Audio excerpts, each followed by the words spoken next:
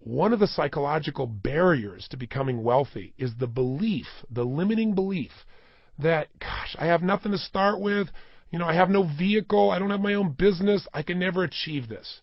Well, let me tell you that comes from not understanding one simple principle that I know you've heard about, but there are a lot of things in life we know intellectually or we've heard about, but we don't own it emotionally, so it doesn't benefit us.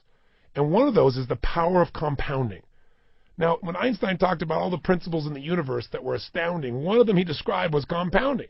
That if a man really understood this, his fascination would be beyond almost anything else he could imagine, because here's a chance for you to start out with almost nothing, and you can be a full-time person employed by someone else and still be wealthy. You don't have to be Bill Gates. You can invest in Bill Gates. But you can do it with tiny amounts of money that allow you to take his talent and ride piggyback on Bill Gates, or on Steve Case of AOL Time Warner, or Wayne Huizenga at a Blockbuster. You don't even have to have unique ideas. You have to become an investor.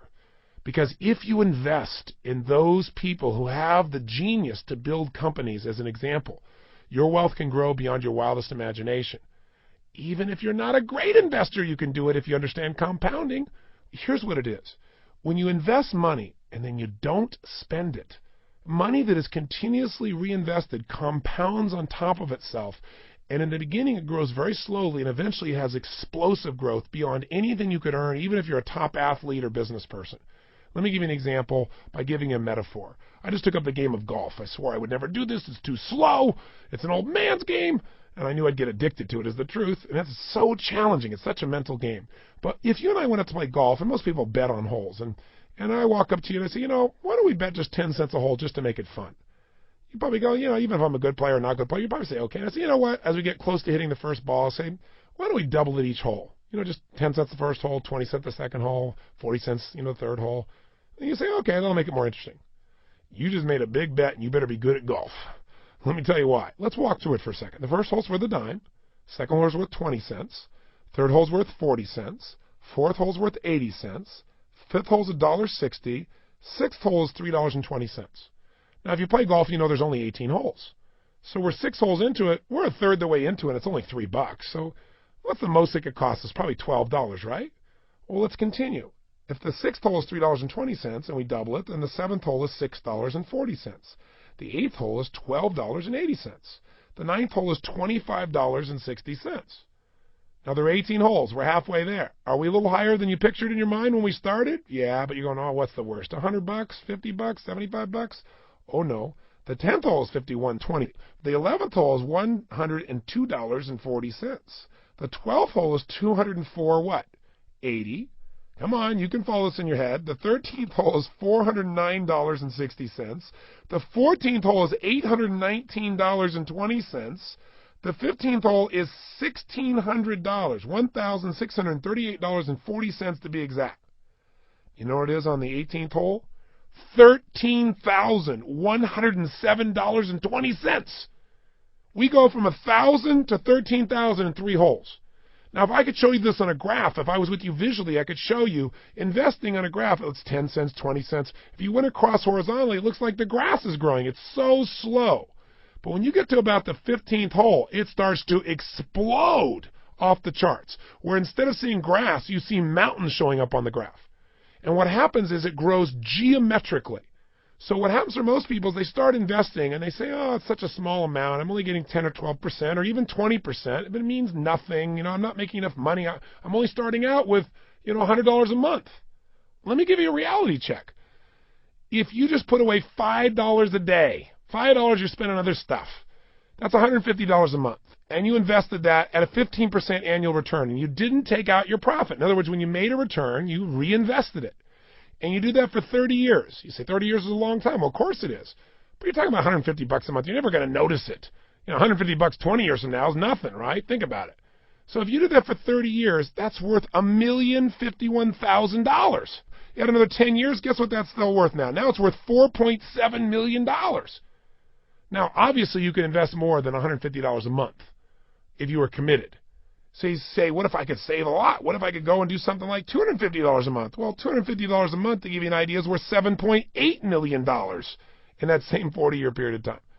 So that's the power of compounding. If you're starting with nothing, you can make this happen. Let's go back to the example in golf. Remember I said it's worth $13,000 on the 18th hole? Well, remember on the 15th hole, it's only worth $1,600.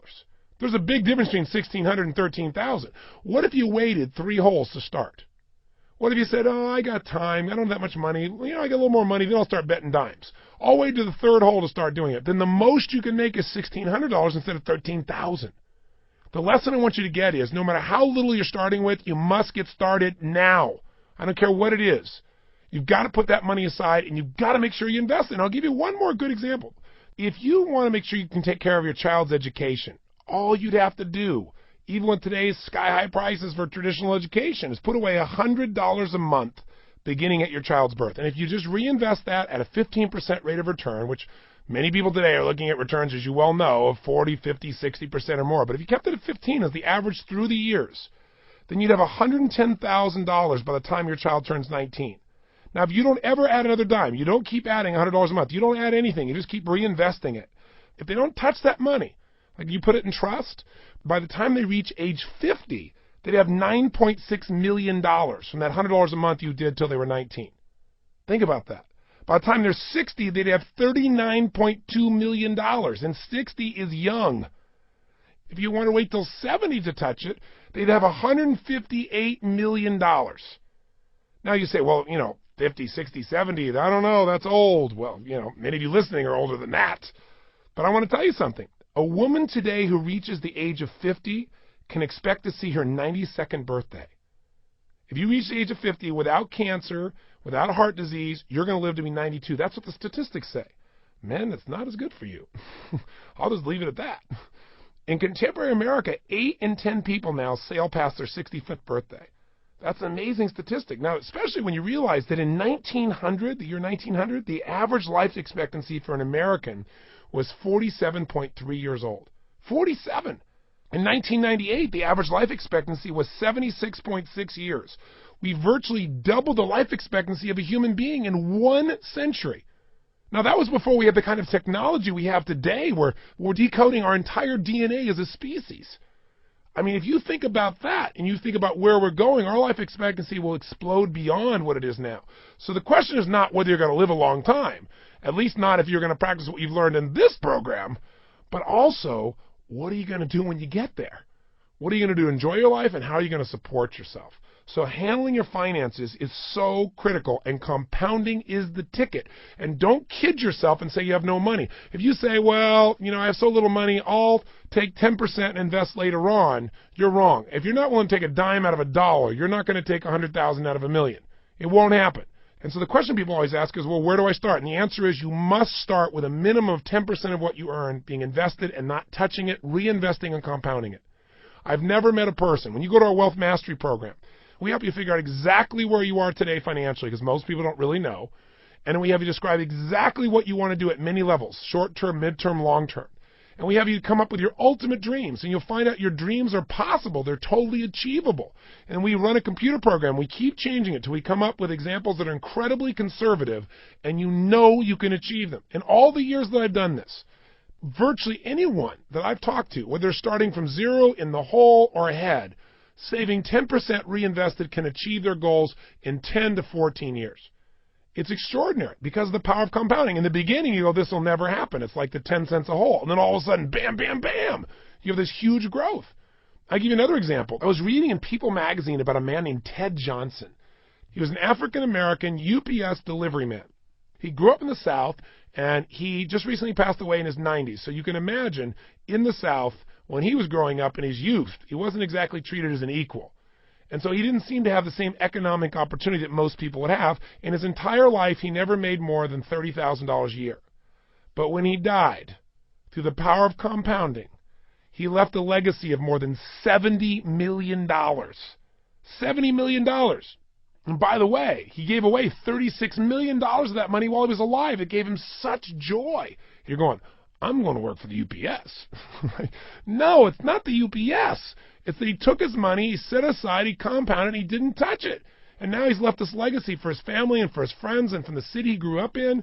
He was so thrilled in his passing because he lived a full life into his 90s. He loved his life. He had a great lifestyle, but he also created incredible abundance for the people around him. And he now has a legacy that lives beyond